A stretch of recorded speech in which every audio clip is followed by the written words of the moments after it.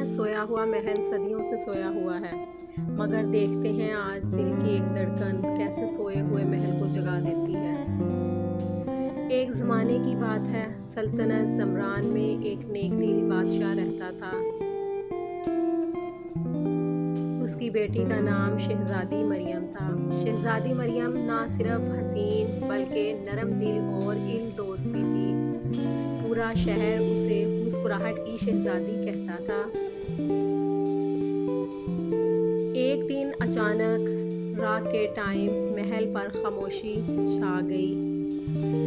खामोशी के छाते ही आसमान काला हो गया, हवा रुक गई और चिराग बुझ गए। एक लम्हे में ही पूरा महल सो गया। महल के बारे में लोग ये सरगोशियां करने लगे कि इस महल में से एक बूढ़ी औरत को निकाल दिया गया था। बुढ़िया ने जाते जाते कहा था, जब इंसानों के दिलों में गुरूर आ जाए तो उनकी आंखों पर नींद छा जाती है। साल पे साल गुजरते चले गए। महल जंगल में छुप गया।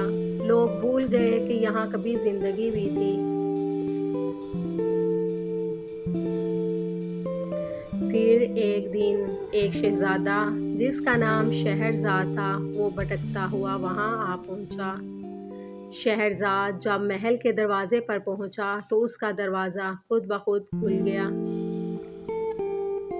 महल के अंदर हर चीज़ पर सुकून छाया हुआ था। फूल मुरझाए नहीं थे, पानी का फव्वारा चल रहा था।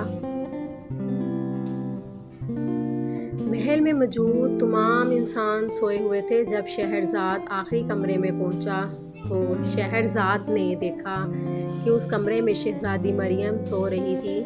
शहज़ादी मरियम का चेहरा पुरसुकून था, जैसा कि वो कोई ख्वाब देख रही हो। शहरज़ाद ने कहा, हैरत की बात है, इतनी खामोशी में भी ये महल जागता हुआ लगता है। शहरज़ाद को शहज़ादी मरियम के नज़दीक पत्थर की एक तख्ती दिखाई दी।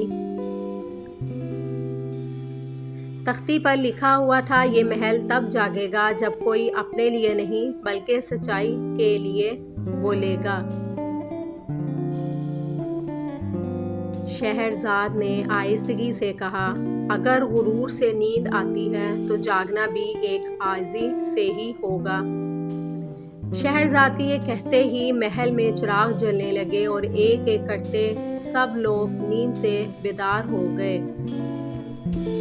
सबसे आखिर में शहज़ादी मरियम की आंखें खुली।